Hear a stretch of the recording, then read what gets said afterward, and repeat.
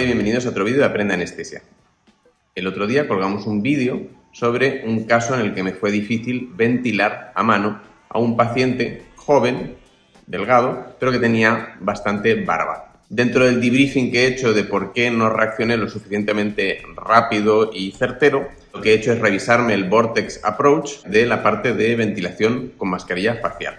¿Vale? Así que quiero repasar con vosotros algunas de las cosas que he reaprendido o recordado. Bien, dentro de lo que sería la ventilación con mascarilla facial, podemos tener un problema para lograr ventilar al paciente por dos causas principales. Por un lado tenemos lo que se llaman las fugas primarias y por otro lo que se llaman las fugas secundarias. Fuga primaria se refiere a que no podemos hacer un buen sello, ¿vale? O sea, lo que me pasó a mí, ¿no? El paciente tenía mucha barba y no podía hacer un buen sello. Aparte, la mascarilla facial que tenía era una mascarilla que no tiene ese borde neumático, ¿vale? Que se puede hinchar y que se amolda mejor a la cara del paciente, sino que era una mascarilla de goma, ¿no? Que tiene un borde que se clava contra la piel, pero que no tiene ese neumático, lo cual hace que probablemente con una barba te sea más difícil ventilar. Otra causa de fuga primaria sería que en alguna parte del equipamiento, de la tubuladura, la máquina, lo que sea, hubiera una fuga por la cual saliera gas, se perdiera gas y por eso yo no pudiera hacer sello. Lo otro serían las fugas secundarias. ¿Qué se entiende por fuga secundaria? Pues la que se produce cuando hay una obstrucción, ¿no? Imaginemos que la lengua del paciente se ha caído para atrás y queda bloqueada la vía aérea. Entonces yo no soy capaz de sobrepasar ese obstáculo y por lo tanto empieza a fugar todo el flujo que yo estoy metiendo que no puede llegar hacia el alvéolo. Entonces lo importante es que para distinguir entre las fugas primarias y secundarias, lo que te va a servir es el tener un balón colapsable. Hago la puntualización de balón colapsable, como hacen en el Vortex Approach, porque muchos operadores de vía aérea, sobre todo en la urgencia o a lo mejor en la UCI, etcétera, puede ser que ventilen más frecuentemente con un ambú, ¿vale? Con una bolsa reinflable rígida. Cuando trabajamos con una bolsa reinflable rígida, con un ambú, no vamos a tener ese feeling, ¿vale? Y no vamos a poder distinguir si el paciente no se está ventilando porque no podemos hacer un buen sello o porque hay una obstrucción. Eso tenerlo en cuenta. Pero en anestesia siempre vamos a tener un balón colapsable que nos va a permitir hacer ese diagnóstico grueso entre si el problema es un problema primario o secundario. Lo que me pasó a mí es que el balón se colapsaba por completo, ¿no? O sea, una fuga primaria. No logro hacer ningún tipo de sello. En las fugas secundarias, ¿verdad? Cuando hay una obstrucción, el balón se queda repleto,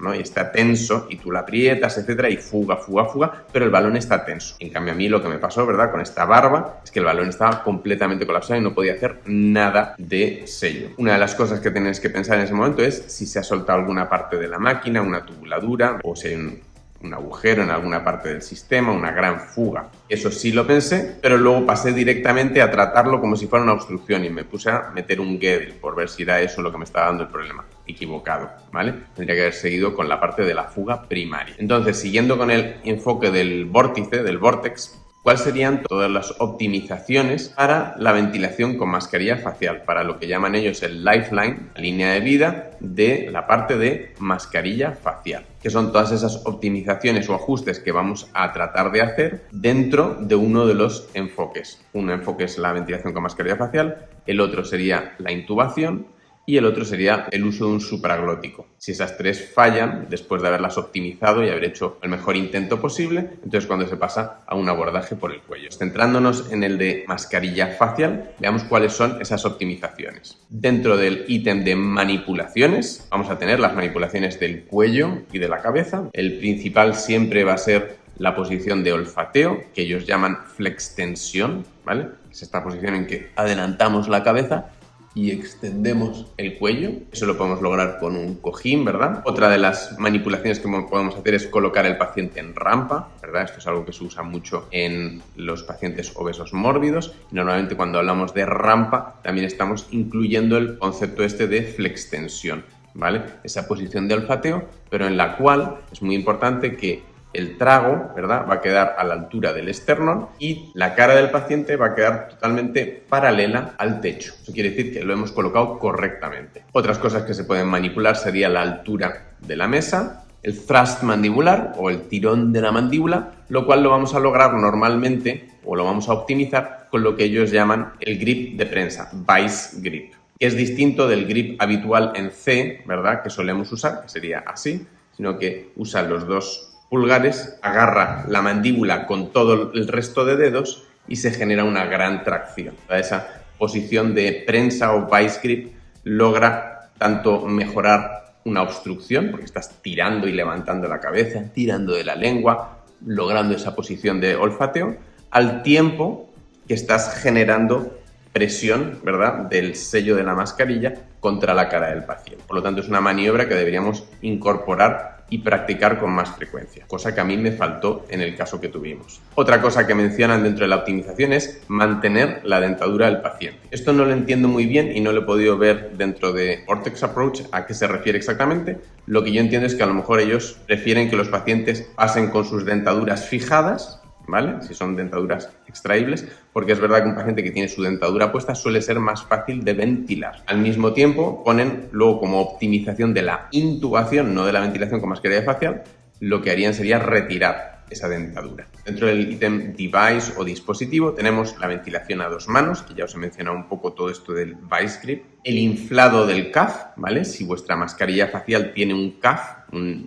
manguito, pues ese se podría inflar o desinflar para hacerlo que se moldee mejor a la vía aérea, ¿no? Imaginaos que no estaba bien inflado y por eso no te estaba haciendo un buen sello, pues eso lo podrías optimizar si fuera así. Si a ti te parece que está bien, lo obviarías. Dentro del ítem de adjuncts, ¿no?, de otros dispositivos, otras ayudas, tendremos la cánula orofaringia y la cánula nasofaringia. Ambos van a tratar de permear la vía aérea, ¿vale? O sea, son para tratar un problema de obstrucción, o sea, de fugas secundarias. Dentro del siguiente ítem, que sería el de tipo de dispositivo o tamaño, ¿verdad? Aquí es cuando tratas de cambiar ya sea el tipo de dispositivo, imaginaos el tipo de pala del laringoscopio, ¿no?, o de laringoscopio a videolaringoscopio, ¿no? Estos son tus tipos, o tus tamaños, ¿no? Has probado un tamaño de pala de laringoscopio, ahora te vas a pasar a otra pala, pues dentro de la ventilación con mascarilla facial podrías cambiar el tamaño de la mascarilla facial que estás usando, que es algo que yo sí hice, que cambié a una mascarilla facial más pequeña, que se acercara más a la boca del paciente y a la nariz, para ver si de esa manera lograba generar un mejor sello. Dentro del siguiente ítem, que es un ítem doble, en el cual tenemos por un lado succión, ¿no? Siempre que estás manejando la vía aérea puede ser que tengas algo obstruyendo que puedas aspirar, ¿no? Imaginaos que el paciente ha regurgitado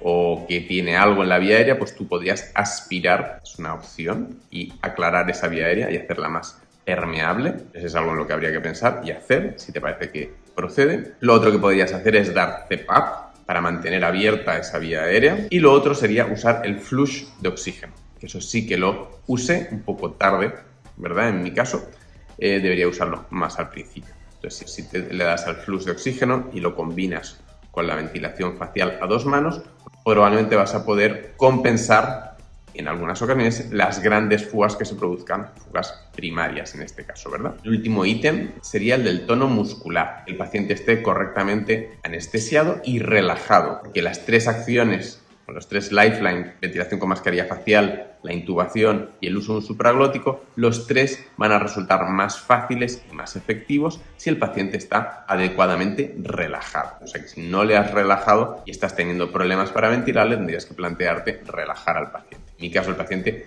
ya había sido relajado con una dosis más que suficiente, entonces yo ese ítem ya lo habría dado por bueno. No era más optimizar. Pero imagínate que lo hubiera relajado con succinilcolina y ha pasado un poco de tiempo, pues podría quedarme la duda si el paciente está suficientemente relajado o no en esta dificultad de ventilación, pues yo podría proceder dentro de mis optimizaciones a relajar al paciente por completo. Bien, pues hemos repasado cuáles son las optimizaciones, ¿no?, dentro del Vortex Approach a la ventilación con mascarilla facial.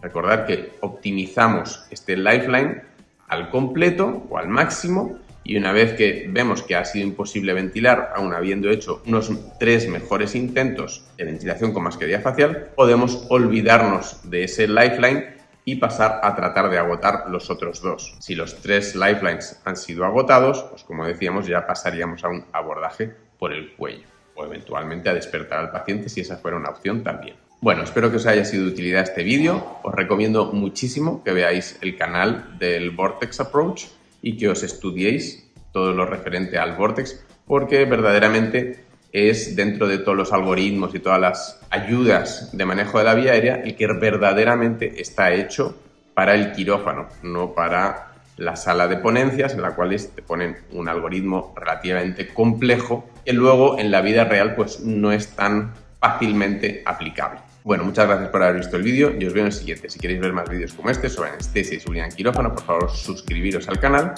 y os veo en el siguiente. Hasta pronto.